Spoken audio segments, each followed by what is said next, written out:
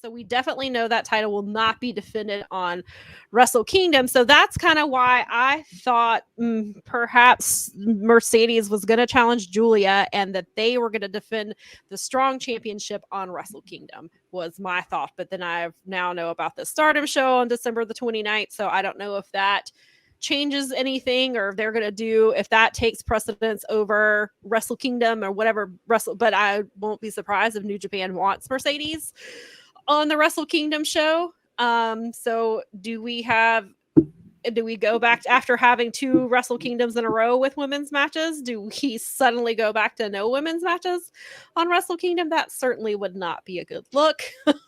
No, but it also wouldn't entirely surprise me either. Yeah.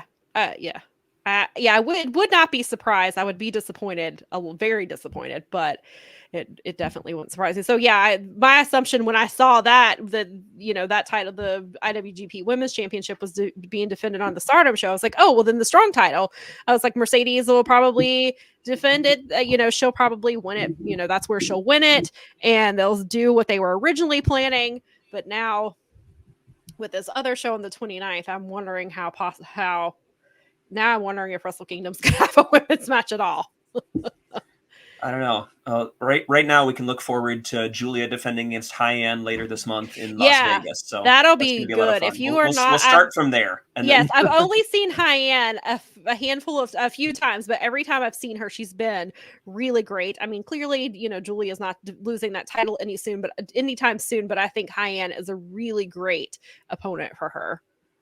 I'm looking forward to that. Vinkin says that overall it will be 6 IWGP women's title matches this year, probably.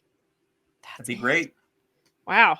I guess it's in keeping with, you don't see a lot of title defenses in New Japan anyway. Right. So 6 title defenses in a year that feels like a pretty average number, all things considered. It's not uncommon at all. I mean, to see 2 months go past between title defenses. Right. Yeah, that makes sense. Brad says, I know some people want the women on New Japan, but if they aren't going to be a focal point, I'd rather them not even get a pity match. I kind of see that, honestly. Yeah. If it's going to be a 3-minute throwaway, why are we here?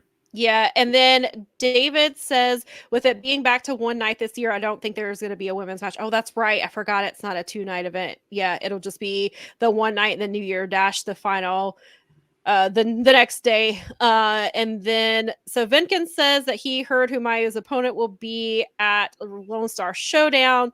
And then Brad apparently went ahead, and I've heard this rumor as well, that Stephanie Vacour is going to be Mayu's opponent in Texas, and I hope that is the case because I had never seen Stephanie prior to the Battle in the Valley show earlier this year, and I was really impressed with her. I thought she looked really great, and I would love to see more of her.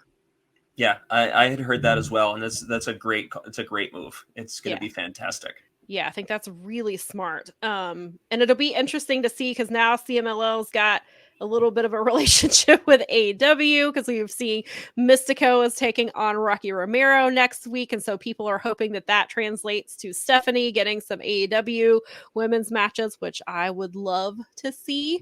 I would be very happy with that. And there we go, Brad. Get us Stephanie versus Statlander or Shida now that AEW and CMLL were working together. Yeah, I would love to see her go with both. I would like her to have both of those matches. She would be fantastic. And I believe Vinkin says apparently she holds the title now. I believe that is in reference to Stephanie, which that would be fantastic. She should be champion. She's very good. I really like her.